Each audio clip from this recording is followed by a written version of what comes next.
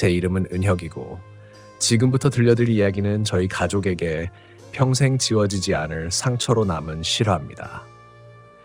이 이야기는 2010년 가을, 그러니까 딱 제가 20살이 되던 해 친누나인 지영, 당시 23세 대학원생에게 벌어진 일입니다. 저희는 대구 칠곡에 있는 아파트에 살았고 누나가 매일 밤 공부를 마치고 귀가하던 길, 그 길목에 바로 팔거천이 있었습니다. 팔거천은 낮에는 평범한 시민들의 휴식처였지만 밤이 되면 가로등 불빛이 강물에 길게 늘어지며 묘한 분위기를 풍기는 곳이었습니다. 특히 아파트 단지 쪽으로 오려면 강변 자전거 도로와 산책로를 가로질러야 했죠. 누나는 보통 밤 11시에서 12시 사이에 귀가했는데 그 시간에 팔거천은 인적이 드물었습니다.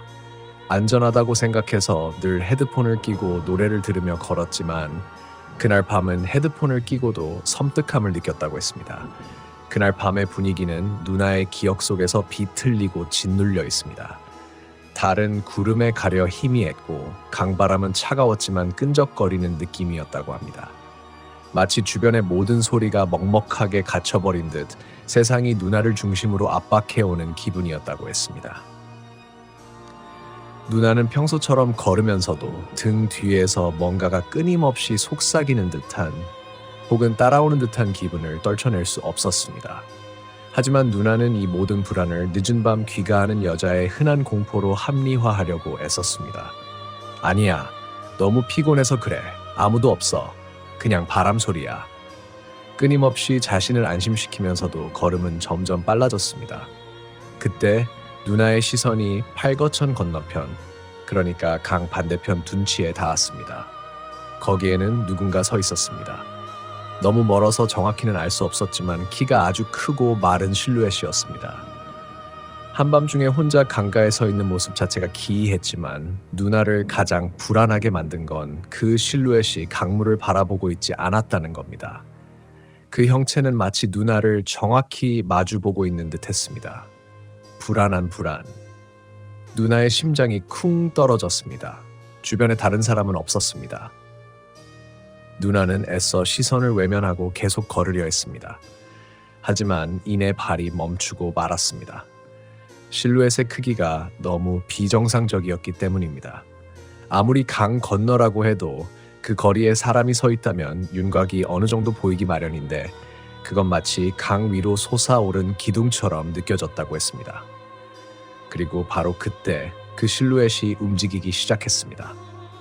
실루엣은 아주 느리고 부자연스러운 동작으로 팔을 들어 올렸습니다. 마치 뻣뻣한 관절을 억지로 꺾는 것 같다고 누나는 표현했습니다. 그 팔이 허공에서 크게 원을 그리는데 누나는 순간적으로 나한테 손을 흔드는 건가 생각했습니다.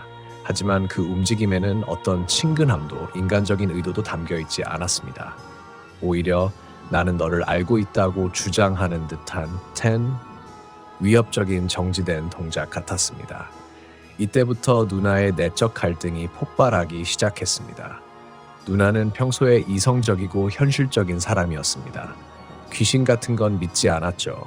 그래서 그 기이한 움직임을 필사적으로 합리화하려 했습니다. 강가에 설치된 조형물이겠지, 아니면 누군가 장난치는 거겠지. 그냥 피곤해서 시야가 흔들리는 거야. 의심이 싹트기 시작했지만 이성은 그것을 끊임없이 부정했습니다. 하지만 실루엣은 멈추지 않았습니다. 팔을 크게 한번 휘두른 후 그 형체는 천천히, 아주 천천히 몸을 틀어 강물 쪽으로 기울어지기 시작했습니다. 마치 강물 속으로 빨려 들어가는 듯한 모습이었습니다. 긴장, 누나는 숨이 멎는 것 같았습니다. 누나는 본능적으로 보면 안 돼, 절대 보면 안 돼라는 강력한 경고음을 들었다고 했습니다. 하지만 동시에 만약 저게 사람이라면? 이라는 생각이 이성을 짓눌렀습니다. 사람에 대한 최소한의 책임감과 공포에 대한 자기 보호 본능이 충돌하는 지점이었습니다. 누나는 결국 그 충동을 이기지 못하고 몸을 틀어 강물 쪽을 다시 바라봤습니다. 그리고 그 순간 누나는 보지 말아야 할 것을 보았습니다. 실루엣은 강물에 완전히 잠긴 상태가 아니었습니다. 몸의 절반 정도만 물에 잠긴 채 강물 위에 떠 있는 듯이 보였습니다. 그리고 그 상태에서 머리만 천천히 고통스러울 정도로 느리게 누나 쪽으로 돌아왔습니다. 누나는 그때의 느낌을 온몸의 피가 차갑게 식어버리는 공황 상태라고 했습니다. 두려움은 이미 그 단계를 넘어섰습니다. 그것은 마치 자신의 존재가 송두리째 부정당하는 듯한 가장 근본적인 공포였습니다. 그 얼굴이 어땠는지 누나는 지금도 명확하게 기억하지 못합니다. 단지 검은색 구멍 같았다고, 형태는 있지만 내용물은 없는 느낌이었다고만 말할 수 있었습니다. 누나는 더 이상 합리화할 수 없었습니다. 눈앞에 저것은 인간의 영역이 아니었습니다. 누나는 결국 도피를 선택했습니다. 뒤돌아볼 겨를도 없이 누나는 전속력으로 달리기 시작했습니다. 헤드폰은 이미 땅에 떨어진 지 오래였습니다. 달리는 내내 등 뒤에서 차가운 시선이 쫓아오는 것을 느꼈고 그 시선이 피부를 찢고 들어오는 듯한 감각에 시달렸습니다. 집에 도착했을 때 누나는 문을 닫자마자 주저앉아 거의 발작했습니다. 저는 누나의 얼굴을 보고 충격을 받았습니다. 누나의 얼굴은 백지장처럼 하얗게 질려 있었고 눈은 초점을 잃은 채 강물 속의 그것을 아직도 보고 있는 듯 했습니다. 그날 밤 이후 누나는 몇 주 동안 극심한 불면증과 불안 증세에 시달렸습니다. 그리고 매일 밤 잠이 들려 할 때마다 팔거천의 찬 강바람 냄새와 함께 머리가 천천히 돌아오는 그 실루엣의 움직임을 생생하게 느꼈다고 했습니다. 성찰의 시간이었죠. 누나는 자신이 왜 그때 돌아봤을까를 끊임없이 자책했습니다. 상대방에 대한 신뢰와 반응이 의심스러운 상황에서 누나는 결국 자신을 향한 것이 아닐 거라는 자기 최면을 깼고 그 대가를 치러야 했습니다.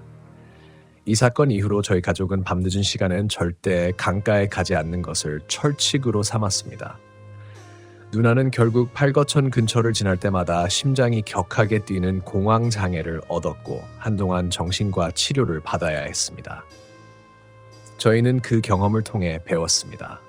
세상에는 우리의 이성으로 설명할 수 없는 기이한 것들이 존재하며 때로는 가장 안전하다고 믿는 일상 속에서 가장 무서운 마주침이 일어날 수 있다는 것을요. 하지만 그 이야기는 여기서 끝나지 않습니다. 사실 그 기이한 실루엣을 마주친 후 누나에게는 더욱 섬뜩하고 개인적인 사건이 뒤따랐습니다. 그것은 단순한 시각적 공포를 넘어 누나의 현실 자체를 잠식해 들어오는 경험이었습니다. 이 일이 있고 며칠 후 누나는 연히 밤에 잠을 이루지 못하고 있었습니다. 늘 피곤했지만 눈을 감으면 강가의 실루엣이 나타났죠. 누나는 결국 아예 불을 켜놓고 밤을 지새우는 날이 늘어갔습니다. 그러던 어느 날 새벽 누나가 침대에 앉아 벽에 등을 기댄 채 억지로 잠을 청하고 있을 때였습니다. 문득 방 안의 온도가 갑자기 그리고 급격하게 떨어지는 것을 느꼈다고 합니다. 마치 에어컨을 최대로 틀어놓은 것처럼 숨을 들이쉴 때마다 폐가 아릴 정도로 차가운 냉기가 온몸을 감쌌습니다. 누나는 이불을 끌어올리며 이상하다, 보일러가 고장났나 생각했지만 공포는 이미 그녀의 이성을 마비시키고 있었습니다. 그 냉기는 단순한 온도의 하락이 아니었습니다. 그것은 마치 누군가 혹은 무언가가 아주 가까이 다가와 그녀의 숨결을 앗아가는 것 같은 살아있는 차가움이었습니다. 누나는 고개를 돌리지 않으려 필사적으로 노력했지만 그 차가움이 등 뒤, 바로 그녀의 목덜미에 집중되는 것을 느끼고는 결국 누나는 고개를 돌리지 않으려 필사적으로 노력했지만 그 차가움이 등 뒤, 바로 그녀의 목덜미에 집중되는 것을 느끼고는 결국 몸이 굳은 채 숨만 쉬고 있었습니다. 팔거천에서의 충격적인 경험 이후 저희 집은 겉으로는 평온했지만 누나 지영의 방 안은 완전히 다른 세계가 되어버렸습니다. 누나는 잠을 잘 수가 없었습니다. 눈을 감으면 강물에 반쯤 잠긴 그 검은 구멍 같은 실루엣이 떠올랐고 가장 깊은 두려움을 상기시켰습니다. 누나는 불면증과 싸우기 위해 필사적으로 노력했습니다. 방의 모든 불을 켜고 심지어 책상 스탠드까지 벽을 향하게 하여 방 안에 그림자가 생기는 것을 극도로 경계했습니다. 하지만 빛은 차가운 냉기를 막아주지 못했습니다. 사건이 발생한 지 5일째 되던 새벽, 시계는 아마 3시 30분쯤을 가리키고 있었을 겁니다. 누나는 침대 머리맡에 등을 기대고 앉아 혹시라도 잠이 들까봐 억지로 눈을 뜨고 있었습니다. 귀에는 헤드폰 대신 작은 이어폰을 꽂고 잔잔한 클래식 음악을 들었지만 그 소리는 방의 이상한 침묵을 깨트리기에는 역부족이었습니다. 그리고 그때 누나가 느낀 것은 앞서 말했던 급격한 온도 하락이었습니다. 처음엔 보일러 고장인가? 가을인데 하고 이성적으로 판단하려 했습니다. 누나는 평소처럼 이 상황을 합리화하려 들었습니다. 아마 창문이 조금 열렸을 거야. 베란다 문이 덜 닫혔을 수도 있고. 하지만 창문 쪽에서 오는 찬 바람과 피부를 뚫고 들어오는 듯한 이 차가움은 질적으로 달랐습니다. 일반적인 냉기는 공기의 움직임으로 느껴지지만 이 냉기는 마치 정지된 채 그녀를 헤워싸고 있는 듯했습니다. 마치 거대한 얼음덩이가 누나의 침대에 바짝 붙어있는 느낌이었습니다. 냉기는 점점 더 집중적이 되었습니다. 특히 누나의 등 뒤 목덜미에 차가운 기운이 모여들었습니다. 이 차가움은 단순한 온도 변화를 넘어 무언가의 존재를 증명하고 있었습니다. 누나는 온몸에 털이 곤두서는 것을 느꼈습니다. 불안한 불안이 다시 긴장으로 치솟았습니다. 누나는 움직일 수가 없었습니다. 인간의 본능 중 하나인 위협 앞에서 몸을 숨기거나 굳어버리는 반응이 그녀를 완전히 지배했습니다. 누나는 벽에 완전히 밀착한 채 심장이 터져버릴 것 같은 격렬한 박동 소리만 듣고 있었습니다. 하지만 이윽고 차가움은 접촉으로 변했습니다. 누나의 목덜미, 정확히는 왼쪽 어깨와 목이 만나는 지점에 무언가 차갑고 축축한 것이 닿았습니다. 그 접촉은 아주 가벼웠지만 누나에게는 쇠꼬챙이로 심장을 꿰뚫는 것만큼의 충격이었습니다. 손, 차가운 손. 누나는 직감했습니다. 그것은 손이었습니다. 인간의 손만큼 크지는 않았지만 손가락의 마디마디가 느껴지는 듯한 기이한 압력이었습니다. 그것이 마치 누나의 맥을 짚는 듯이 아주 느리고 섬세하게 그러나 매우 집요하게 목덜미를 어루만지기 시작했습니다. 의심은 사라졌습니다. 두려움이 현실이 되는 순간이었습니다. 누나는 이제 합리화라는 방패를 완전히 놓아버렸습니다. 아니야, 내 머리카락일 거야, 옷깃일 거야, 벽에 맺힌 습기일 거야. 이 모든 이성적인 시도는 차가운 손가락의 두 번째 움직임 앞에서 산산조각 났습니다. 그것은 닿은 채로 아래로 등골을 따라 아주 천천히 내려갔습니다. 마치 누나의 척추를 훑어내리는 듯한 그 차가운 감촉에 누나는 비명조차 지를 수 없는 공황 상태에 빠졌습니다.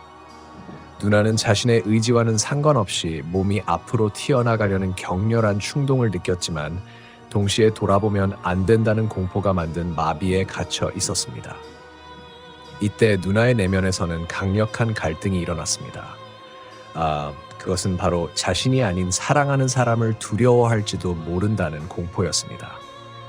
누나는 저 실체가 자신에게서 만족하지 않고 혹시라도 옆방에서 주무시는 부모님께 혹은 저에게 향할지도 모른다는 이타적인 두려움에 사로잡혔습니다. 자기 자신에 대한 공포를 넘어 가족을 보호해야 한다는 책임감이 그녀를 더 큰 딜레마로 몰아넣었습니다. 차가운 손이 등 중앙까지 내려왔을 때 누나는 결단을 내려야 한다고 생각했습니다. 하지만 이 상황에서 싸움 대신 도피부는 불가능했습니다. 침대에서 벌떡 일어나 도망치면 그것이 눈에 보이게 될 것이고 그러면 영원히 그 장면을 잊지 못할 것이기 때문입니다. 결국 누나는 전략적인 회피를 선택했습니다. 그녀는 숨을 멈추고 마치 죽은 듯이 몸의 모든 근육을 이완시키려 노력했습니다. 내가 느끼지 못하는 척하면 사라질 거야. 차가운 손은 한참 동안 등 한가운데에 머물러 있었습니다. 그 정지된 시간은 영원처럼 느껴졌다고 합니다. 누나는 머릿속으로 사라져, 제발 사라져, 난 아무것도 못 봤어, 넌 여기 없어를 수백 번 외쳤습니다. 그리고 잠시 후 그 차가움이 천천히 그러나 확실하게 멀어지는 것을 느꼈습니다. 목덜미를 훑고 내려왔던 것처럼 이번에는 공간을 빠져나가는 듯한 냉기의 흔적이었습니다. 도피, 성공. 냉기가 완전히 사라지고 방의 온도가 아주 느리게 정상으로 돌아오는 것을 감지했을 때 누나는 비로소 마비가 풀렸습니다. 그녀는 침대에서 굴러떨어지듯 내려와 방문을 향해 기어갔습니다. 문고리를 잡고 문을 연 후 거실로 뛰어나가 온 집에 불을 다 켰습니다. 저는 그 소리에 잠이 깼고 누나는 거실 중앙에 쭈그려 앉아 울고 있었습니다. 성찰. 이 사건 이후 누나는 이성적인 세계관이 완전히 무너졌다고 인정했습니다. 이전에는 피곤해서 착각해서라고 합리화했지만 만져지는 차가움 그리고 목덜미를 훑고 내려가는 그 손의 감각은 증거였습니다. 누나는 이제 공포의 진실을 받아들였습니다. 세상에는 악의를 가진 무언가가 존재하며 그것은 일상의 가장 깊은 곳까지 침투할 수 있다는 것을요. 가장 무서웠던 점은 그 존재가 단순히 놀래키는 데 그치지 않고 누나의 정신을 괴롭히고 있었다는 것입니다. 누나는 결국 잠시 학교를 휴학하고 저희 본가에서 생활했습니다. 하지만 공포는 집 밖으로 나가는 것만으로 끝나지 않았습니다. 마치 그 존재가 누나에게 표식을 남긴 것처럼 그날 이후 누나의 일상에서는 설명할 수 없는 이상한 징후들이 나타나기 시작했습니다. 그것은 단순히 귀가 어두워지는 것이 아닌 인간의 감각으로는 포착할 수 없는 영역에서의 간섭이었습니다. 누나가 본가로 돌아온 지 일주일 후 누나의 불안은 잠시 수그러드는 듯했습니다. 하지만 평범한 일상 속에서 불길한 징후가 나타나기 시작했습니다. 누나가 즐겨 쓰던 다이어리와 메모장에 마치 누군가 실수로 흘린 것처럼 의미 없는 검은 점들이 발견되기 시작했습니다. 처음엔 누나도 내가 실수로 펜을 긁었겠지 하고 넘겼습니다. 하지만 점의 개수가 점점 늘어나더니 급기야는 특정 패턴을 만들기 시작했습니다. 그 패턴은 마치 누군가의 주소를 암호화해 놓은 것처럼 보였고 그 안에는 2213이라는 숫자가 반복적으로 등장했습니다.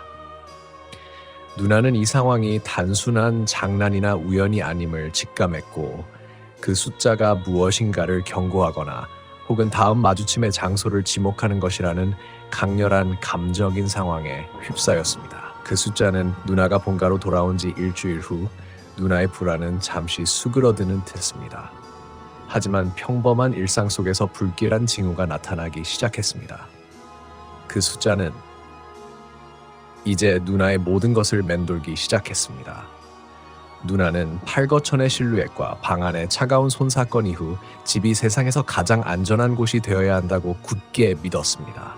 그래서 본가로 돌아온 직후 그녀는 잠시 심리적인 안정감을 되찾는 듯 보였습니다. 제가 옆에 있고 부모님이 계신 집은 최소한 악의적인 외부 존재로부터 그녀를 보호해 줄 것이라 생각했기 때문입니다. 하지만 공포는 이미 그녀를 따라왔습니다. 그것은 물리적인 형태를 띠지 않고 누나의 가장 개인적이고 은밀한 공간부터 갉아먹기 시작했습니다. 징후는 아주 사소하게 시작되었습니다. 누나는 습관처럼 그날의 생각과 일정을 기록하는 작은 가죽 다이어리를 사용했습니다. 어느 날 아침 무심히 다이어리를 펼친 누나는 이상한 검은 점 하나를 발견했습니다. 아주 작고 흐릿한 점이었습니다. 누나는 내가 펜을 닫지 않고 그냥 뒀나? 하고 무심코 손으로 문질러 지워버렸습니다. 다음 날 다이어리 다른 페이지에서 2개의 점이 그리고 그 다음 날은 3개의 점이 발견되었습니다. 점들은 점점 더 뚜렷해지고 마치 누군가 아주 날카로운 펜촉으로 종이를 꾹 누른 듯한 깊이를 가지기 시작했습니다. 증거가 진실을 받아들일 때까지 합리화함. 누나의 이성적인 방어 기제가 다시 작동했습니다. 내가 요즘 너무 피곤해서 헛것을 보나? 아니야, 점은 진짜 있는데 아마 볼펜이 새는 걸 거야. 다이어리를 습한 곳에 뒀나? 누나는 볼펜을 검사하고 다이어리를 가장 건조하고 깨끗한 책상 서랍 깊숙한 곳에 넣어두었습니다. 의심은 여전히 이성을 완전히 제압하지 못했습니다. 하지만 며칠 후 누나가 서랍에서 다이어리를 꺼냈을 때 공포는 더 이상 합리화할 수 없는 영역에 도달했습니다. 다이어리 첫 페이지, 누나가 어제 분명히 비어있는 것을 확인했던 에 검은 점들이 가득했습니다. 하지만 이제 그것들은 단순한 점이 아니었습니다. 점들이 마치 어떤 암호나 지도를 구성하듯 모여 있었고 그 패턴은 단 하나의 숫자를 중심으로 이루어져 있었습니다. 1213. 굵고 날카롭게 마치 피를 발려 찍은 것처럼 선명한 검은 점들이 모여 1213이라는 네 자리를 이루고 있었습니다. 그 숫자는 페이지의 상단 중앙에 누나의 글씨체와는 완전히 다른 기계적이고 냉정한 필체로 박혀 있었습니다. 긴장. 누나는 다이어리를 바닥에 떨어뜨렸습니다. 손발이 떨리기 시작했습니다. 이게 뭐지? 내가 몽유병인가? 누가 우리 집에 들어왔나? 하지만 저희 집은 비밀번호를 사용했고 외부인의 침입 흔적은 전혀 없었습니다. 그리고 그 숫자는 너무나 개인적인 공간에 오직 누나에게만 보여주려는 듯한 방식으로 새겨져 있었습니다. 이때부터 공황의 전 단계인 강렬한 감정적인 상황이 누나를 덮쳤습니다. 이 숫자가 무엇을 의미하는지 알 수 없었지만 누나는 그 숫자가 팔거천의 그 실루엣과 목덜미를 만졌던 차가운 손과 연결되어 있다는 것을 본능적으로 알았습니다. 그것은 경고이거나 다음 만남의 장소를 알리는 표식이었습니다. 누나는 그 숫자를 지워보려 했지만 점들은 이미 종이 섬유 깊숙이 침투해 있었습니다. 지우개로 문지를수록 종이만 찢어질 뿐 숫자는 더욱 선명하게 드러났습니다. 2213. 이 숫자는 마치 누나의 의식을 따라다니는 바이러스처럼 퍼져나가기 시작했습니다. 컴퓨터 화면, 누나가 밤늦게 켜놓고 잠든 노트북 화면 보호기에 픽셀이 깨진 것처럼 보이는 검은 점들이 모여 2213의 실루엣을 잠시 만들었다가 사라졌습니다. 전화시계, 잠에서 깬 새벽, 휴대폰 시계가 12대 13이 아님에도 불구하고 누나가 시계를 볼 때마다 순간적으로 12, 13으로 보이는 섬광이 지나갔습니다. 길거리 표지판, 외출을 위해 버스를 탔을 때 누나의 시선이 닿는 모든 간판이나 건물 번호에서 1, 2, 3이라는 숫자들이 너무 자주 그리고 의미심장하게 조합되어 나타났습니다. 그 숫자는 누나의 삶을 향해 속삭이는 존재의 음성이었습니다. 두려움. 누나는 이제 자신이 겪고 있는 상황이 감정적인 문제가 아니라 물리적인 현실의 간섭임을 깨달았습니다. 누나는 과거의 트라우마를 되짚었습니다. 어린 시절 누나는 강아지를 잃어버린 후 심한 죄책감에 시달렸는데 그 트라우마처럼 이 공포가 죄책감의 형태로 자신을 끊임없이 괴롭히는 것은 아닐까 의심했습니다. 하지만 이 공포는 누나의 내면이 아닌 외부에서 주입되는 악의적인 힘이었습니다. 결국 누나는 저에게 이 모든 이야기를 털어놓았습니다. 저 역시 반신반의했지만 누나의 극도로 불안정한 심리 상태와 다이어리에 새겨진 그 명백한 1223을 보고는 더 이상 누나의 말을 합리화할 수 없었습니다. 저는 누나에게 절대로 그 숫자에 대해 검색하지 말라고 신신당부했습니다. 하지만 공포는 궁금증을 낳고 그 궁금증은 파멸을 부릅니다. 어느 날 밤 제가 잠깐 외출한 사이 누나는 결국 1213을 인터넷 검색창에 입력했습니다. 검색 결과는 수많은 잡다한 정보를 쏟아냈습니다. 특정 건물의 번호, 날짜, 심지어 천사의 숫자 같은 비과학적인 내용까지. 누나는 실망하며 창을 닫으려 했습니다. 하지만 마지막에 스크롤을 내렸을 때에 아주 작고 오래된 지역 커뮤니티 게시글 하나가 누나의 눈에 들어왔습니다. 제목은 혹시 대구 칠곡 쪽 사시는 분들 2213 번지 건물 아시는 분 계신가요? 였습니다. 공황. 그 순간 누나는 온몸에 전율이 흘렀습니다. 칠곡, 2213. 이 모든 것이 우연의 영역을 넘어섰습니다. 누나는 게시글을 클릭했습니다. 내용은 아주 짧았습니다. 제가 예전에 그 건물 근처에서 정말 기이한 일을 겪었는데 요즘 그 근처를 지나가기가 무서워서요. 혹시 그 건물 아시는 분, 그 건물 강가 쪽에서 보이는 창문에 대해 아시는 정보 있나요? 밤만 되면 뭔가 이상한 게 서 있는 것 같아서요. 도피를 막는 성찰. 누나는 게시글을 읽는 내내 숨을 쉬는 것조차 잊었습니다. 누나는 직감적으로 알았습니다. 1213은 단순한 암호가 아니었습니다. 그것은 특정 장소의 주소였고 강가 쪽에서 보이는 창문은 팔거천에서의 실루엣과 연결되어 있었습니다. 그 실루엣은 강가에 서 있었던 것이 아니라 강 건너편 그 건물 창문 안에 있었다는 것을 깨달은 것입니다. 이 새로운 진실은 누나에게 더 큰 두려움을 안겨주었습니다. 그것은 단순한 유령이 아니라 자신을 특정한 장소로 유인하려는 혹은 이미 그 장소에서 누나를 지켜보고 있던 지성적인 악이었습니다. 누나는 공포에 떨면서도 이것을 끝내야 한다는 강박적인 생각을 떨칠 수 없었습니다. 자신이 아니라 노력하는 사람을 두려워할지도 모른다는 이타적인 공포가 이제 근원을 파헤쳐야 한다는 집착으로 바뀌고 있었습니다. 누나는 그 건물을 찾아가야 할지 아니면 이 모든 것을 무시해야 할지 최악의 딜레마에 빠졌습니다. 그리고 그날 밤 누나는 아주 기이한 꿈을 꾸었습니다. 꿈속에서 누나는 안개가 자욱한 팔거천 강변에 서 있었습니다. 저 멀리 빛 한 점 없는 어둠 속에 거대한 건물이 우뚝 솟아 있었고 누나는 그 건물의 외벽에 2213이라는 숫자가 새겨져 있는 것을 확인했습니다. 그때 건물 가장 높은 층의 창문 하나에 아주 희미한 불빛이 켜지더니 그 불빛 안에서 누군가가 서서히 나타났습니다. 그 실루엣은 팔거천에서 누나가 봤던 그 비정상적으로 크고 마른 형체였습니다. 그리고 그 형체는 창문 안에서 차가운 손을 들어 누나에게 오라는 듯이 손짓하기 시작했습니다. 누나가 공포에 질려 도망치려 하자 꿈속에 저는 가야 해, 지영아. 우리 가족을 위해 저기서 끝내야 해 라고 속삭였습니다. 누나는 잠에서 깨자마자 극심한 공황 상태에 빠졌고 이 꿈이 단순한 꿈이 아님을 깨달았습니다. 다음날 아침 누나는 결국 그 건물 723번지를 찾아 나섰습니다. 하지만 그곳은 꿈속에서 누나는 안개가 자욱한 팔거천 강변에 서 있었습니다. 저 멀리 빛 한 점 없는 어둠 속에 거대한 건물이 우뚝 솟아 있었고 누나는 그 건물의 외벽에 2213이라는 숫자가 새겨져 있는 것을 확인했습니다. 하지만 그곳은 존재하지 않는 곳이었습니다. 누나는 꿈에서 깨자마자 온몸이 땀으로 범벅이 된 채 떨고 있었습니다. 꿈속에서 제가 가야 해, 지영아. 우리 가족을 위해 저기서 끝내야 해 라고 속삭였던 그 목소리는 누나 자신의 무의식이 그녀를 파멸로 이끌고 있음을 보여주는 듯했습니다. 그 꿈은 단순한 악몽이 아니었습니다.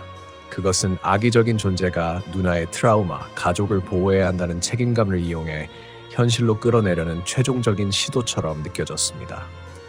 공황 상태였지만 누나는 더 이상 도망칠 수 없다고 느꼈습니다. 팔거천에서 도망쳤을 때 그 차가운 손이 방까지 따라왔습니다. 1213이란 숫자는 집안의 가장 은밀한 곳까지 새겨졌습니다. 이제 남은 것은 정면 돌파뿐이라고 그녀는 합리화했습니다. 저는 불안했지만 누나의 눈빛에서 이미 되돌릴 수 없는 결의를 읽었습니다. 누나는 마치 스스로를 희생양으로 삼아 이 모든 것을 끝내려 하는 듯했습니다. 다음 날 아침 누나는 제가 출근한 틈을 타 홀로 A3번지를 찾아 나섰습니다. 지역 커뮤니티 게시글과 그간 모았던 모든 징후들이 가리키는 방향, 팔거천 건너편의 가장 오래된 주거 지역이었습니다. 누나는 1시간가량 헤매다가 마침내 강 건너편에서 시야에 들어오는 건물을 발견했습니다. 오래된 상가와 아파트가 뒤섞인 곳이었습니다. 건물 외벽에는 녹슨 번지수가 희미하게 새겨져 있었습니다. 2214 긴장. 숫자는 정확했습니다. 누나는 가슴이 터질 듯 뛰는 것을 느끼며 건물 안으로 들어섰습니다. 내부는 어둡고 습기가 가득했으며 오래된 건물의 냄새, 먼지, 곰팡이, 그리고 알 수 없는 차가운 흙냄새 같은 것가 진동했습니다. 누나는 꿈에서 봤던 가장 높은 층의 창문을 찾기 위해 엘리베이터 대신 비상 계단을 선택했습니다. 엘리베이터가 혹시라도 멈춰버리면 자신은 그 존재와 밀폐된 공간에 갇히게 될 것이라는 뿌리 깊은 두려움 때문이었습니다. 계단을 오르는 동안 누나는 극심한 내적 갈등에 시달렸습니다. 자신의 책장 트라우마를 다루는 과정이었습니다. 이건 공포를 극복하려는 나의 시도인가? 아니면 그 존재가 원하는 대로 끌려가는 것인가? 만약 이 건물을 찾아냄으로써 그 존재에게 힘을 실어주는 것이라면? 분쟁이 누나에게 귀 기울이도록 했습니다. 누나는 피상적인 두려움, 단순히 깜짝 놀라는 것을 넘어섰습니다. 그녀를 괴롭히는 것은 왜 나여야 하는가라는 질문과 내가 여기에 오지 않으면 가족이 위험하다는 강박이었습니다. 누나는 1층, 2층, 계단을 오를 때마다 주변에 감정적인 환경이 변하는 것을 느꼈습니다. 처음에는 단순한 공포였지만 5층을 넘어섰을 때부터는 마치 계단통 자체가 누나를 압박해오는 듯했습니다. 7층, 누나는 거의 녹초가 되어 7층 복도에 도착했습니다. 복도는 텅 비어 있었고 유독 7층만 빛이 바랜 듯 어둡고 낡았습니다. 누나는 복도를 따라 걸으며 팔거천 쪽을 바라보는 창문을 찾았습니다. 그리고 그 복도 끝, 가장 구석진 곳에 유난히 어두운 문 하나가 보였습니다. 문 위에는 낡은 페인트로 704호라는 숫자가 흐릿하게 쓰여 있었고 그 옆에는 누군가 손가락으로 억지로 긁어낸 듯한 흔적이 있었습니다. 긴장. 누나는 704호 문 앞에 섰습니다. 그리고 문득 그 창문이 어디 있는지 깨달았습니다. 704호는 복도 끝에 있었지만 그 위치상 강가 쪽이 아닌 건물 안쪽을 바라보는 방향이었습니다. 꿈에서 그리고 게시글에서 말한 강가 쪽 창문이 아니잖아. 왜 이 문 앞에 섰지? 그 순간 누나의 심장이 다시 한번 쿵 하고 떨어졌습니다. 704호 문 바로 옆에는 작은 창고 같은 곳이 있었습니다. 그리고 그 창고의 문은 아주 작고 닫혀있지만 잠기지 않은 상태였습니다. 누나는 자신도 모르게 그 창고 문으로 손을 뻗었습니다. 의심과 두려움이 뒤섞인 채 누나는 문을 아주 천천히 밀었습니다. 창고 안은 좁고 캄캄했습니다. 하지만 냄새가 났습니다. 차가운 흙 냄새 그리고 끈적거리는 강물 냄새. 누나는 문득 팔거천의 그날 밤 차가웠지만 끈적거리는 바람의 느낌을 다시 떠올렸습니다. 그리고 창고 안쪽 깊숙한 곳, 작은 벽에 뚫린 구멍이 보였습니다. 그것은 창문이 아니라 강가를 향해 뚫린 환기구 같은 것이었습니다. 구멍은 성인 여자의 머리가 겨우 들어갈 정도로 작았지만 그 구멍 너머로 팔거천 강변의 풍경이 희미하게 보였습니다. 이게 그 창문이었어. 공황. 누나는 깨달았습니다. 강 건너편의 그 실루엣은 704호 안에 있는 것이 아니라 이 작은 창고를 통해 누나를 내다보고 있었던 것이었습니다. 창고 안은 누군가 오랜 시간 동안 머물렀던 흔적이 보였습니다. 먼지 쌓인 구석에 낡은 천조각이 놓여 있었는데 누나는 그것을 보는 순간 몸이 얼어붙는 것을 느꼈습니다. 그 천조각은 희미하게 노란색을 띠고 있었습니다. 그것은 누나가 어릴 적 잃어버린 강아지 달래에게 덮어주던 다묘 조각과 흡사했습니다. 누나는 이 개인적인 트라우마의 상징이 이 섬뜩한 장소에 놓여 있다는 사실에 정신이 무너지는 것 같았습니다. 이것은 단순히 213이라는 암호를 던져준 것이 아니라 누나의 가장 깊은 곳에 있는 상처를 건드려 그녀를 이곳으로 유인한 것이었습니다.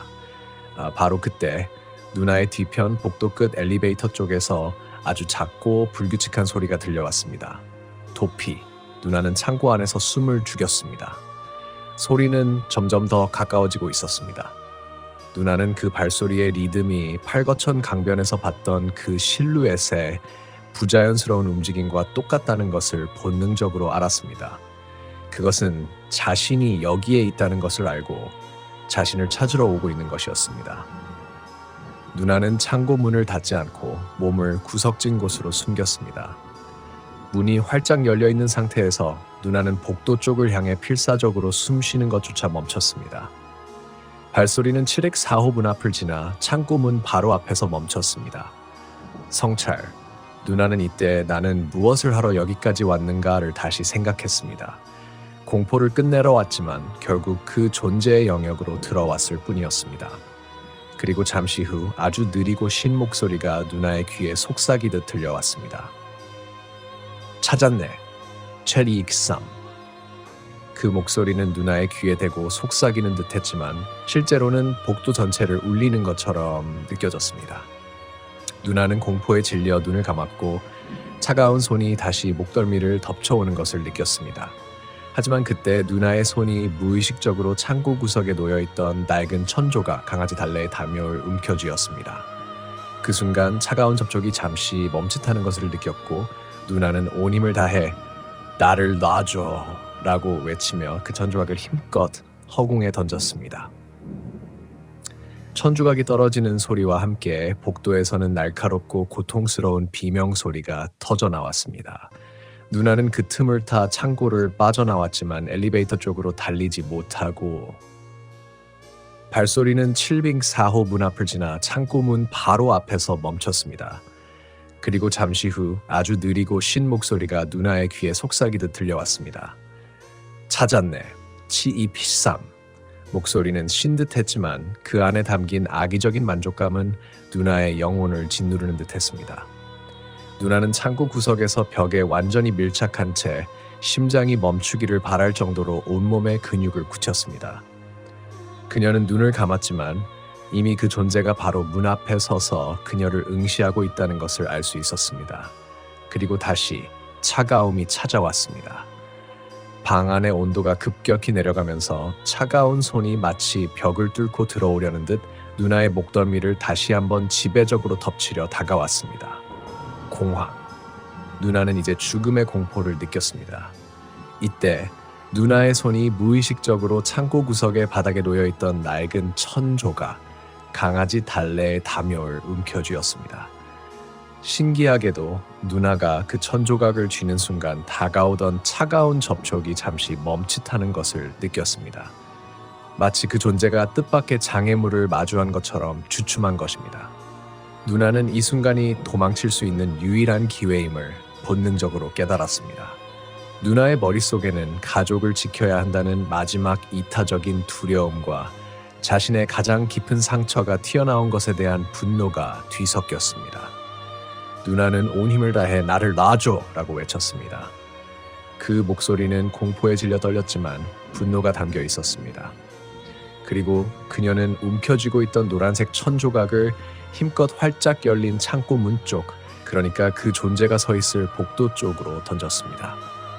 비명소리는 마치 강한 빛에 노출된 그림자처럼 고통과 함께 소멸하는 듯 했습니다. 누나는 그 틈을 놓치지 않고 창고 밖으로 튀어나왔습니다.